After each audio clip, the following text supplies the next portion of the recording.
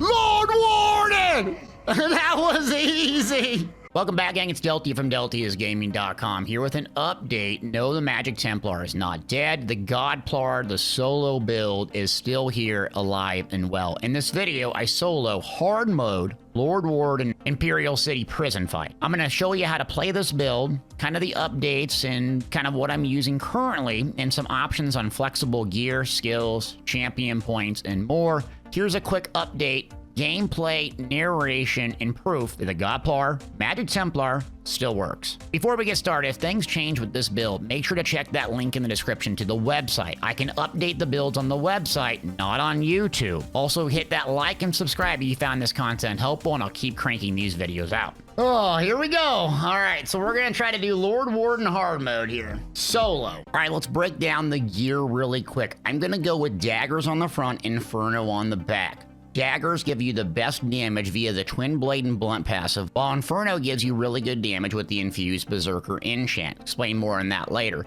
Don't feel like you have to be pigeonholed into this. If you want to run double Destruction Staff, that's also good. You need to play around, but I'm predominantly playing in melee, and daggers give me the most damage. If we break down the gear sets, number one is going to be Narayath. This comes from Crypt of Hearts 2, base game, incredible single target and AoE. Two alternatives for you. Ice Heart is great for survivability, coming from Dire Frost Keep, also base game. You're going to lose out on a lot of damage, but you're going to get a great shield, and your survivability is going to be super high. Another great monster helm is Garothdar, coming from Vaults of Madness. It does very, very good AoE on top of you and procs very frequently. So if you're in the thick of things, Garothdar is good, but stick with Narayath if you can get a hold of it. Now, on the body at all times, we're going to go with Overwhelming Surge. Typically, as a solo player, you're going to run out of resources because someone else isn't providing spears and shards and other sets that give you resources. So predominantly go with one resource sustaining set. This comes from Tempest Island. It's base game. It carries your resource sustain as long as you're playing in melee range and doing damage with the little lightning effect around you. Two options in resource sustain. One is a trial set, which doesn't make sense if you're really playing a lot of solo. You're not going to have access to this, but it comes from Sunspire and is False God's Devotion. This thing will carry your survivability and your resource sustain, but you do have to play in trials to get it. Another one is Withered Hand Alakir base game. It's very cheap, very easy to farm, and you can get it right away. Gives you back magic and health when mobs die. Fantastic for VMA and other encounters where mobs are constantly dying. So go with the resource sustain set on the body. Overwhelming Surge is what I use for this footage. Now on the front bar, I use Deadly Strikes. This is the PvP set coming from Cyrodiil PvP vendor Bruma, the town, or you can buy it from the traders. The reason it's so strong, it makes your build incredibly simple. And your Puncturing Sweep's main spammable, the heal is based off the damage done. So it's still a fantastic 5-piece that you don't have to swap out if you're still using Puncturing Sweeps as the main spammable. Maybe not as strong as it has before, but still very, very strong. Another alternative I would go with is Pillars of Nirn from Falkreath Hold. This is the strongest proc set in the game, right up there with Depths of Whirl of Depths from the latest and greatest trial, Dreadcell Reef. And it's very easy to obtain on normal. You just get the weapons and the jewelry, and bang, you're ready to go. But Deadly Strikes will increase your healing specifically, and that's what we want to be super survivable. Two alternatives real quick is Arx Corinium Medusas. This is going to give you the minor force buff, freeing up a bar slot and a lot of crit. War Maiden from Vardenfell, giving you a lot of weapon and spell damage. That leaves the back bar weapon. So Perfected Crushing Wall, this comes from VMA. It might be hard to get for a new player, but it's going to make your Wall of Elements deal a lot of damage. If you can't get a hold of that, go with Willpower. This is base game, comes from doing the Dungeon Finder, very dirt cheap on the trader. And that's the go-to sets. So no trials gear, no mythics, and very easy base game sets all around. Let's pull up the gear chart, and here's what we have. I'm going Traits Divines. I'm with the daggers, I'm going Nirn or Precise with Charge, Poison, and Flame enchants. If you're going with the staff route, go with Precise on the front. Very important to go with Infused and Berserker enchant on the back when you use a Wall of Elements on the back, or if you want to play a hybrid and use Stampede with the 2H, when you flip to your front bar, as long as you have a dot procking with that, it'll reproc the increased weapon and spell damage even while you're on your front bar. That's one of the main reasons we use this and keep that dot up as much as we can. Now I do have one health cliff on my helm with Narayath, and I either use 1 to 2 medium and then 5 light. The reason I do that is I'm trying to aim for 22,000 health. So if I make a mistake, I'm not one-shot daddy spaghetti. I run all spell damage enchants on my jewelry because I have a proc set that basically carries my resource sustain overwhelming surge. And then jewelry bloodthirsty or infuse or arcane is very good. The downside of deadly strikes is it's going to come in robust and you're going to have to transmute the trait. So that's another reason to look for an alternative set if you don't like that and you don't have the transmutes to do it. That's what I would go with War Maiden until you unlock the jewelry. But go with Arcane if you want bigger shields. Go with Infuse if you want to basically only do solo content. And go with Bloodthirsty if you plan on taking this into veteran dungeons and or veteran trials later on. So that's the gear. Now let's jump and show you the skills and talk about them, and then jump into the back end and actually show you the combat and the fights and walk you through how to play this build and see what we can get to. So right now we're going to need to adjust the build to be super survivable. The skills, if you look at them, typically I don't run Repentance, typically I don't run Living Dark. If I would take this out, except like hard mode content, I would put Living Dark here, just pump up my max magic, increase my damage and healing because it's there. It gives you the crit buff, that's nice, but you can get potions for that. Really, it's just a spot on your bar to buff your damage. Then we have one of two options. Trap Beast or Barb Trap is going to give you a crap ton of damage via Minor Force. You don't have to run the Minor Force, though, if you have Channeled Focus on your back bar. So what you do is you do Channel Focus on your back bar. Now lasts 60 seconds, I think, is what it lasts. The Minor Force buff, and the speed lasts 12 seconds. That gives you an option to put more damage on with Camouflage Hunter, making your build extremely simple. Purifying Light, very low cost. You use it, it hits pretty hard, but the real reason you're using this is it procs your Living Dark passive, but also it has that pool underneath the mob because you're playing in melee range. That pool is going to heal you. So you're constantly keeping this up, you're having a massive amount of heals over time. Another thing I do is if I'm just struggling, I don't know the mechanics of something, I put Living Dark on. So the combination of Living Dark and Dampening Magic on my back bar, one gives me a massive shield, one gives me healing every time I'm taking damage. Now it's a bit confusing, but you notice I put that in the 3 key. Why do I put that in the 3 key? It's on the exact same key. So if I'm panicking, I can't think about what to click. I know that if you're on consoles X or whatever the button is, it's going to save my life, essentially. So I don't have any healing besides this, and it's only going to heal me when I'm taking damage. So I shield to cover up my health bar. I cast Living Dark to pop myself up back to full. And then you have to play really aggressive with the Magplar. If you're in melee range, and you're using Puncturing Sweeps, and you're using Radiant Glory, along with Purifying Light and Living Dark, you will have a massive amount of healing, thus you don't need to use Pale Order. Puncturing Sweeps still hits pretty hard, not as hard as it is before, but in solo content, we really don't care. We really just need a decent main spammable that heals us. This is the best at that. I also changed the morph of Radiant Glory. This, instead of Radiant Oppression, which does more damage, Radiant Glory, it just heals us. So a lot of times when you go from Puncturing Sweeps, getting tons and tons of healing, and then you do Radiant Oppression, you have 0 healing. It just drops off, and then you die. So this will go, okay, I'm about 35% the mob, the boss, the world boss, whatever is there. I'm going to switch over to Radiant Glory, and I'm still getting healed. Yes, you will lose a little bit of damage, but it's all about survivability and doing as much damage as possible. On the front bar, I got Fighters Guild, Flawless Dawnbreaker, mainly because of the passives. You generate ultimate when you have it slotted. You get 3% weapon and spell damage when you have it slotted. And it's a great ultimate that you can use that's highly mobile. So you hit it and the boss moves out. Well, you already did damage and it has a dot component with it. Or the other ults are not that good. If you don't have it, you can do Crescent Sweep. Also, Blazing Spear makes a really good main spammo, but it doesn't heal you. In fact, Blazing Spear will do actually more damage than Puncturing Sweeps as a main spammo, but it doesn't heal you. So you could always go the Crescent Sweep route if you want it on ultimate as a flex spot. Now we go to the back bar. So I had a goofy barrier back there. That's from the Alliance War support skill line. Just completely carries your survivability. The only thing that we have to really worry about is missing heavy attacks. So when those boss have huge heavy attacks, it will kill you no matter if you have a barrier up. But if you're getting overwhelmed and like you and your group, you just pop Reviving Barrier or even solo. It's a massive amount of damage shield. You can see even at level 1, it has 43,000 absorbed damage and it heals you over time. Now look at this. So something people don't know or don't realize is this Bastion passive and the champion points increases the effectiveness of damage shields. So with the damage shield here, you got Dampening Magic and this Reviving Barrier, you have a massive amount of shielding. Thus, if your health dips, you put a shield up, Living Dark or something else pops you back up to full. And then you have your 2 hard-hitting dots, Blazing Spear being the hardest. It's also an Adric Spear ability, so we put that on our back bar so we get the crit damage while we're back there. Unstable Wall. You could also use a 2-handed and use Stampede, but if you're playing solo, it's really tough because you're going to run out of stamina.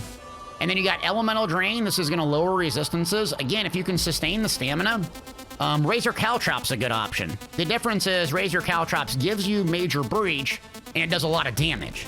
Elemental Drain is only single target, gives you Major Breach, but gives you a lot of sustained resources. And then I have Channel Acceleration back here for the Minor Force, and then I swap that in or out for Channeled Focus. So if I put Barb Trap on my front, typically I run this, or if I just need more survivability, I just drop it and don't even worry about the buff and put Channel Focus right there. And then we got Shooting Star in the back bar is typically what I run because it's just so hard hitting if it's stationary target. But solo, you just never know. The world boss might travel and might not. So Dawnbreaker is a good go-to if you have no idea what the mechanics are. And then the champion points, something on the champion points, the blue and red really affect performance. So I go with Fighting Finesse, Wrathful Strikes, and Master at Arms. Typically, this is the 3 bread and butter that I always do. There's a 4th option. So you can go with Biting Aura if you sit there and spam your Puncturing Sweeps a lot. You can go with Deadly Aim if you're good at light attack weaving. But Reaving Blow, this acts as a mini Pale Order for you. So again, solo content, we're not worried about having the highest parse and actual fighting world bosses or hard mode bosses. We're worried about survival. So 7% healing, throttling down. This will lose DPS for you, but it's better than dying. And then going over to the red slottables, again, I take a Bastion over the Siphoning Spell. So Siphoning Spell is good when you're killing a lot of mobs, like VMA. There's always constantly 3, 4, 5, 6 mobs. Great, Siphoning Spell is awesome. A single target world boss or a single target veteran hard mode boss, you have no way to get back resources. So the Bastion giving you the bigger shields, give you better survivability. And then Rejuvenation, Fortified, Boundless Vitality. When it comes to food and consumables, I always carry tripods on me, and I don't have the crit buff or the spell damage buff on my bar. Typically, I get that from using spell power potions or the Alliance War potions. But I actually swap in between fights, so sometimes if I'm getting pressure, I need survivability, I'm just gonna use a tripod. It's better than dying.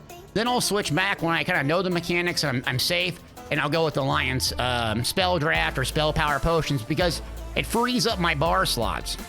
And then if you can afford it, Clockwork Citrus Fillet, I actually use Tri-Stat food. Where is it at? I used Tri-Stat food to start because I did so much dodge roll, so I actually started with Bewitch Sugar Skulls. Mid-fight, I just had it on my bar and I switched back to Witch Mother's Potent Brew. Because you can have pretty low HP with this build as long as you don't miss the heavy attacks. The heavy attacks are the biggest thing. Attribute 64, right around 21 to 22,000 health is a sweet spot. Thief, Mundus Stone. You can run the Lover, which is actually more damage, but it's not going to affect your healing. I want the healing effect, so that's why I go with the Thief. I am a High Elf. High Elf is the best for pure Magic Templar because you have this unique passive where you have damage reduction when you're channeling. That damage reduction also stacks with an in-class damage reduction minor protection, so there's 10% damage reduction. The Godplar versus Lord Warden. Let's go! 3.6 million HP. Come on, Lord Warden. All right, here it is. Oops, nope, dodged too early. Yep. Okay, so I can dodge that. Good. Now I gotta get stamina back. Good. Okay, Portal, I'm doing 0 damage to him. That's lovely. Pulling back. Here's the barrage. Let's see if we can eat this. Now, what's gonna happen? Can we eat this? Just through doing shields. Ah, we can eat it through doing shields! Okay, now it's gonna tank my resources, though, so we need to get some damage up. So Dawnbreaker here, and then Dodgeroni. Thoroughly charge heavy attack. I think I need to change food since I know I can eat that now. Do I have food mid-fight? I do. I'm gonna do dubious mid-fight here, since I don't need a whole lot of HP, I'm thinking. Here's the Shadow Barrage, yep. All right, got a tripod just in case I get low. I'm gonna use a tripod here, yep. So resources are the main issue right now. Dodge, good, fully charge. I gotta stay in melee range. Okay, so now here comes the snare mechanic. So let's pull back here. Oh, it's gonna be hurting. Yep, CC break, okay, good. Still alive, let's pull him back. 1, 2, damage over time. And then here comes the shadow thing. So fully charged, get my magic bag. Big shield, living dark, clutch it! Come on. All right, so resources are the only thing I gotta worry about, basically, and dodging that. Good. Okay, now Lord Warden's going up, so I'm gonna hit living dark as I go in here, see if I can get back to life. Okay, so synergy when I drop, I have a tripod ready to go. Potion up, good. Okay, 65%. Purifying light, dodge, clutch dodge. I'm gonna save my barrier. I have a 500 stack, but I don't know how this is gonna go yet. So I need to save this. So Shadow Barrage, here we go.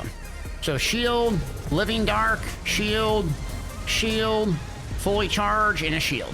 Good, now I gotta get some damage up on him.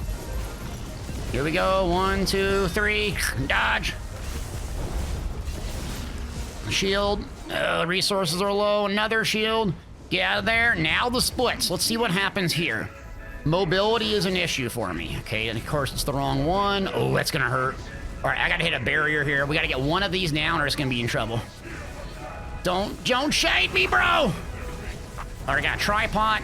Obviously that's not gonna be nearly as much damage, but it's about survivability at this point. Let's go close the gap here.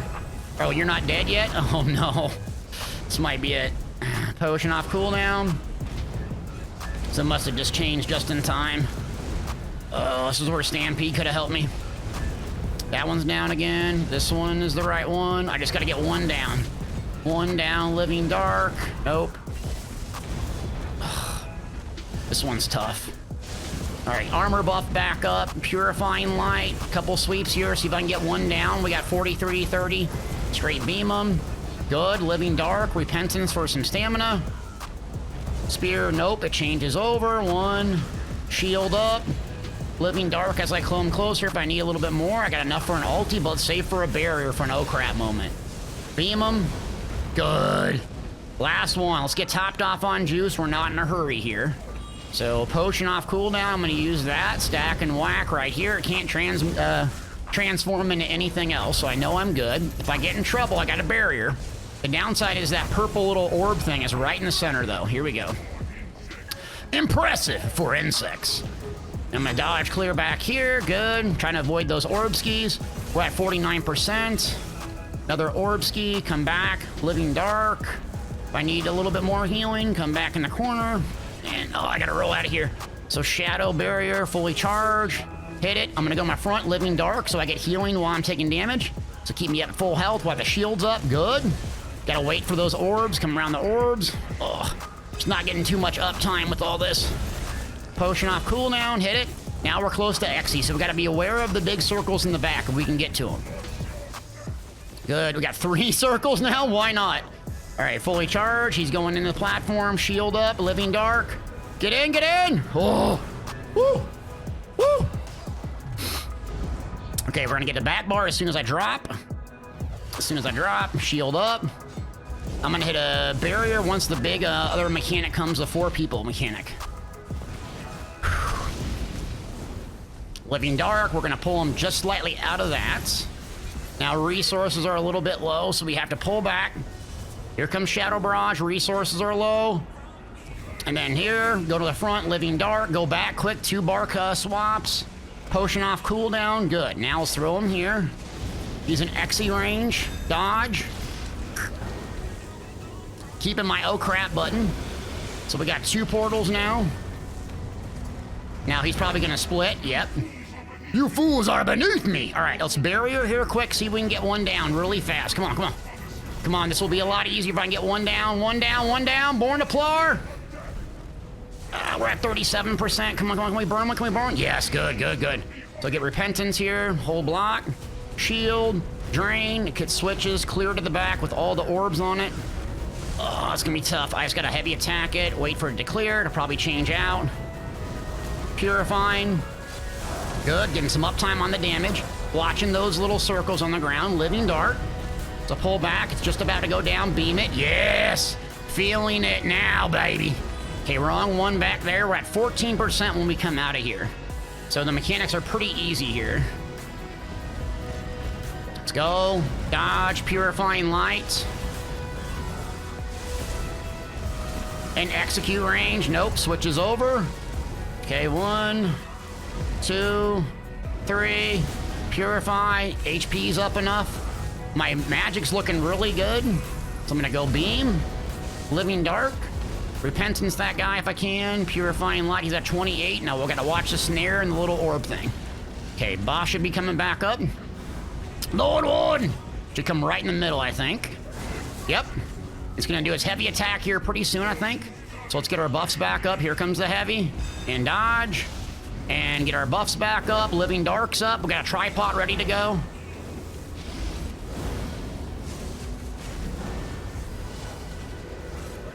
Come on! Lord Warden! Well, gang, that's the video. Make sure to check the website so you can get the latest information for the Magic Templar and all the other classes in Elder Scrolls Online. PvE, PvP, you name it, beginners, we have it. Hit that like, subscribe, and come watch me live on twitch.tv/Deltiasgaming if you like this content, because this is what we do live on stream. Thanks for watching.